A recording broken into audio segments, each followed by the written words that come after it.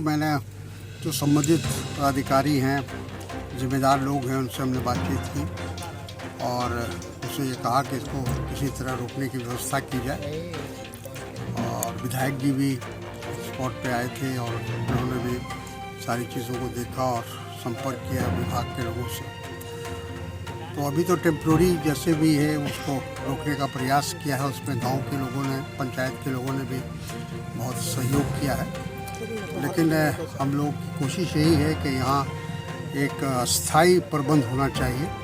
अब ये railway line के बहुत करीब हो गया है जो कटाव हो रहा है और इससे रेलवे लाइन को भी खतरा है और पूरे मनिहारी को खतरा है। तो दोनों जगह, चाहे वो गांधी टोला हो या बागबाड़ा हो, दोनों जगह टीम आ रही है जो हम लोग को सूचना दी गई है।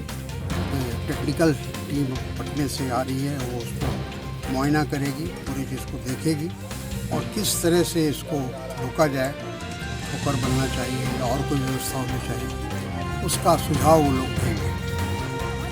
तो मैं समझता हूँ कि कोई ना कोई रास्ता निकलेगा। हम लोग का यही प्रयास है, बिहार सरकार से यही मांग है कि इसको किसी तरह बचाया जाए। इस क्षेत्र में रक्षा की जरूरी है।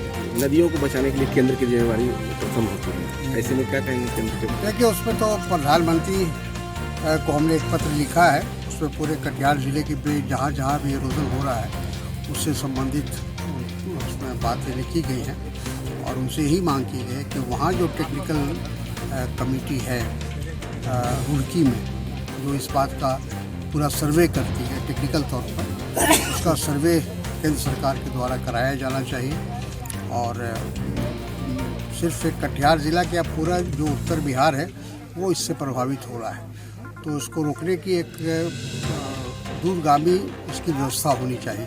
जो टेम्प्रोरी होता है उससे लोगों को संतुष्टि भी नहीं है और उससे हम बचा भी नहीं पा रहे हैं। पैसा भी बर्बाद हो रहा है सरकार का, पूंजी भी जा रही है। तो ऐसा काम हो जो अस्थाई हो और पूरे इस क्षेत्र के लोगों की रक्षा हो सके, लोगों को यहाँ से छोड़ के जाने की नौबत नहीं आए। बहुत जगह, बहुत सा गांव तो लिप्त हो चुका है, कटिहार जिले में, मनिहारी क्षेत्र में लिप्त हो चुका है करीब। तो वैसी स्थिति नहीं हो। लोगों ने हल्ला गुल्ला करने का प्रयास किया, लेकिन मैंने कहा हल्ला गुल्ला से कोई समस्या का समाधान नहीं हो सकता। समस्या का समाधान उसके साथ संपर्क करके हो सकता है। इसमें 102 करोड़ की योजना बनी और लेकिन 102 करोड़ की योजना हुई तो उसमें 1800 मीटर तो टूट गई, कट गया। वो भी कुछ बचा हुआ है, गांधी टोला की तरफ बचा हुआ है, लेकिन वह पूरा यहाँ से लेकर गांधी टोला तक करना पड़ेगा। हटकोला का मैंने बहुत पहले भी लिखा था, हटकोला अगर नहीं बचाइएगा तो यह गांधी टोला का है ना, जो दिलारपुर है, बोलिया है, तो बागमारा है, यहाँ तक कि जो मनिहारी है वो भी नहीं बच पाएगा। इसलिए उसकी ज़रूरत पड़ेगी। तो उसमें लोगों ने कहा था कि 143 करोड़ की योजना भेजी गई थी, लेकिन नहीं, बस 500 मीटर का हुआ। 500 मीटर में होने वाली और उसी का परिणाम है कि वह चूँकि योजना कर्जान्वित नहीं हुआ।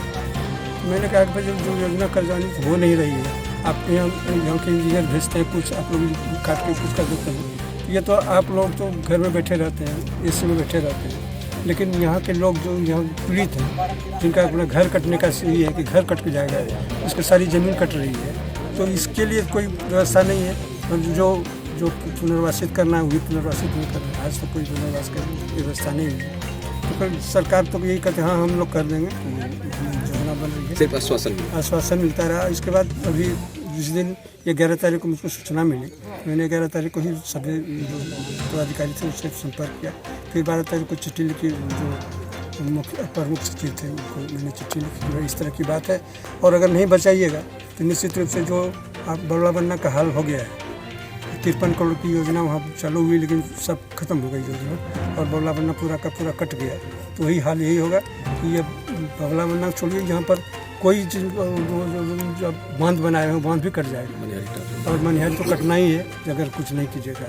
तो यहाँ की जनता ने काम किया, उन्होंने अपना मेहनत करके, बच्चा जी लोग थे सब, उन्होंने उनके बहुत अच्छा काम किया ताकि बच गए। नहीं तो विभाग के भरोसे रहता तो कट गया रहता। अब तक भी विभाग के भी कुछ काम नहीं हुआ, ग्रामीण ही किए। देखिए, ये लोग नहीं कर सकेगा ना, जो नीचे के पदाधिकारी उनको जब तक उनको सेंक्शन नहीं मिलेगा तो उस क्या कर स्तरीय सकते? वर्क की जाए। तो वहाँ से आएगा, वो सेंक्शन करेगा, वो देखेगा, टीम आएगी देखेगी, अब टीम की कितना कैसे कैसे होगा तब शुरू होगा। अभी तत्काल रूप से इसको बचाव के लिए किया गया है कि अभी तक आगे नहीं कटे, इसके लिए व्यवस्था की गई है। परमानेंट व्यवस्था जैसे साहब ने कहा है, परमानेंट व्यवस्था के लिए भी प्रयास हो रहा है और प्रधानमंत्री जी को भी लिखा है।